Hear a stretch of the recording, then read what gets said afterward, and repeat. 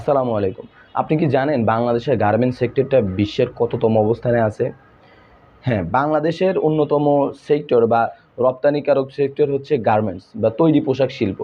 তৈরি পোশাক শিল্পটা বিশ্বের দ্বিতীয় বৃহত্তম দেশ হিসেবে কাজ করছে। কি জন্য? বাংলাদেশের প্রায় ৪০ লাখ লোক সরাসরি এই সেক্টরের সাথে জড়িত।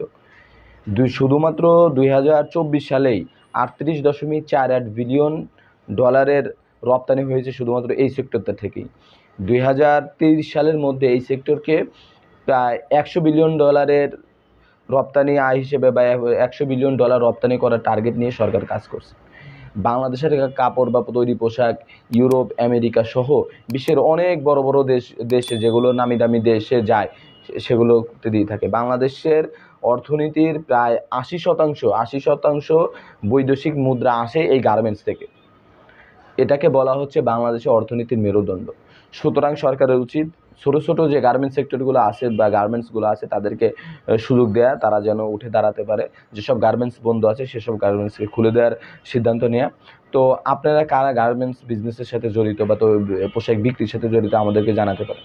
আসসালামু আলাইকুম।